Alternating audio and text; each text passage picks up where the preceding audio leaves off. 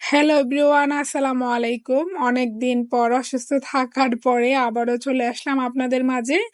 অনেকদিন পরে যখন বাচ্চাদের জন্য একটু চিকেন রান্না করছি, তো ভাবলাম আপনাদের সাথেও শেয়ার করে নিই। বেশ অনেক দিন হয়ে গেল আমি কোনো ভিডিও দিচ্ছি না। আমি অনেক দিন যাবতই অসুস্থ থাকার কারণে বাসায় কোনো কাজই করছি না, তো ভিডিও তো প্রশ্নই আসে না। ভাবলাম আজকে মজাদার একটা চিকেন রান্না করছি, সেটা শেয়ার করে নেই। আমি চিকেনটাকে ভালোভাবে কেটে নিয়েছি। আমি এখানে মুরগির পায়ের অংশটুকু নিয়েছি। আমার বাচ্চারা পা খেতে খুবই পছন্দ করে, তো ওই অংশটুকু আমি নিয়ে নিলাম। জাস্ট লবণ আদা দিয়ে আমি এটাকে আধা ঘন্টা মেরিনেট করে রেখে দেব। মাংসটা মেরিনেট হতে হতে এর মাঝখানে আমি পেঁয়াজ কেটে নিচ্ছি।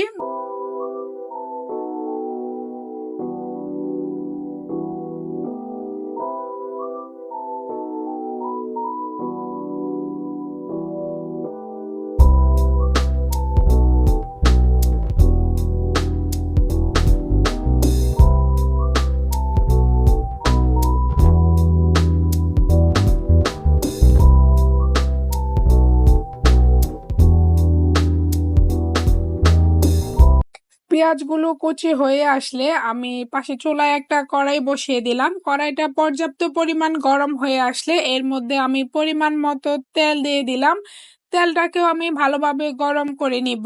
তেলটা যদি গরম হয় আমি তার মধ্যে মাংসগুলো দিয়ে মাংসগুলো ভেজে নিব। আমি এখানে ব্রয়লার মুরগি ভেজে নিচ্ছি। ব্রয়লার মুরগি এভাবে রান্না করলে টেস্ট বোঝাই যায় না যে এটা মুরগির মাংস, অনেকটা গরুর মাংসেরই ফ্লেভার চলে আসে। আমি যেভাবে রান্না করছি ওইভাবে ঠিক একইভাবে একই প্রসেসে রান্না করে ট্রাই করে দেখতে পারেন। আমি কিছুটা লালচে করে ভেজে নিচ্ছি মাংসগুলোকে।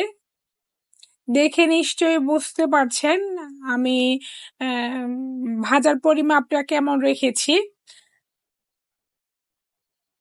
কিছুটা লাল চা করে দুইটা পাশ ভেজে নিয়ে আমি একটা বেচ উঠিয়ে নিলাম। আমি পরবর্তীতে বাকিগুলো আমি ভেজে উঠিয়ে নিব। আমি সবগুলোকে সেম একইভাবে কিছুটা লালচে করে ভেজে নিয়েছি। আমি একই কড়াইয়ের মধ্যে 4টা এলাচ, 3 টুকরা দারচিনি, 2টা লং দিয়ে দিলাম আর একটা তেজপাতা ছোট করে টুকরো করে দিয়ে দিলাম। আমি নাড়াচাড়া করে সুন্দর একটা ফ্লেভার চলে আসলে এখানে আমি পেঁয়াজ কুচি দিয়ে দিলাম। আমি পেঁয়াজ কুচি এখানে অল্পই ব্যবহার করছি, পরবর্তীতে আবার ব্যবহার করব। পেঁয়াজটা কিছুটা ব্রাউন হয়ে আসলে আমি এখানে 1 চা চামচ আদা বাটা, 1 চা চামচ রসুন বাটা, আমি 2 চা চামচ এখানে পেঁয়াজ বাটা দিয়ে দিলাম। আমি প্রথমে পেঁয়াজের কুচির পরিমাণটা খুবই কম ব্যবহার করেছি। আমি পরবর্তীতে যেহেতু পেঁয়াজ বাটাটা ব্যবহার করছি, এখানে আমি 1 চা চামচ মরিচের গুঁড়া, 1 চা চামচ হলুদের গুঁড়া, আমি এখানে হাফ চা চামচ জিরের গুঁড়া, সামান্য পরিমাণ আমি গোলমরিচ, কালো গোলমরিচের গুঁড়া ব্যবহার করেছি। আমি স্বাদ মতো লবণ ব্যবহার করছি। মশলাগুলো দিয়ে আমি ভালোভাবে নেড়ে চেড়ে নিব।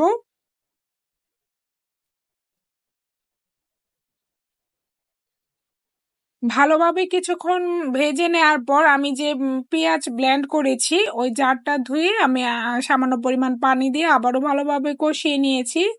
তেলটা যখন মশলা থেকে উঠে এসেছে তখন আমি ভাজা মাংসগুলো দিয়ে এখন রান্না করে নিব। আমি একদমই ঝোল ছাড়া পুরো মাংসটাকেই সিদ্ধ করে নিব। একদম লো আছে আমি পুরো দমেই পুরো রান্নাটা কমপ্লিট করব। ভালোভাবে মশলাটা মিশিয়ে আসলে একটা ঢাকনা দিয়ে আমি ঢেকে দিব। আমি ঢাকনাটা উঠিয়ে আবারও নেড়ে চেড়ে দিচ্ছি। এর মধ্যে আমি আরো কয়েকবার নেড়ে চেড়ে দিয়েছি। মাংসটা এরই মধ্যে আমার প্রায় সিদ্ধ হয়ে এসেছে। আমি কিন্তু এখনো এর মধ্যে কোনো পরিমাণ পানি ব্যবহার করিনি। মাংসটা যখন আমার পরিপূর্ণ সিদ্ধ হয়ে আসছে আমি হাফ কাপ পরিমাণ গরম পানি দিয়ে দিয়েছি। কেউ যদি ঝালের পরিমাণটা বেশি খেতে চান এই পর্যায়ে কাঁচামরিচটা ব্যবহার করবেন। কাঁচামরিচটা ব্যবহার করলে ঝালটা যেমন ছড়ায়, সুন্দর একটা ফ্লেভার আসে। আমি এই মুহূর্তে মাংসটা একদমই ঝাল করতে চাচ্ছি না, এই জন্য মরিচের পরিমাণ খুবই কম দিয়েছি। মাংসটা যখন আমার সিদ্ধ হয়ে আসছে একদমই, মশলাটা যখন মাখা মাখা হয়ে আসছে, তখন আমি এর মধ্যে হাফ চা চামচ বাসাই করে নেওয়া গরম মশলা দিয়ে দিলাম। দিয়ে আমি নাড়াচাড়া করে ভালোভাবে মিশিয়ে নিচ্ছি। ঢাকনা দিয়ে আমি 4-5 মিনিটের মতো রেখে চুলাটা বন্ধ করে দিব। রান্নাটা আমার কমপ্লিট হয়ে আসলে আমি একটু প্লেটে সার্ভ করে নিচ্ছি। খেতে খুবই সুস্বাদু হয়েছে, একবার ট্রাই করে দেখতে পারেন এভাবে রান্না করে। ভিডিওটা ভালো লাগলে ভিডিওটা একটা লাইক দিয়ে দিবেন। ভিডিওটা দেখার জন্য সবাইকে অসংখ্য ধন্যবাদ। আসসালামু আলাইকুম।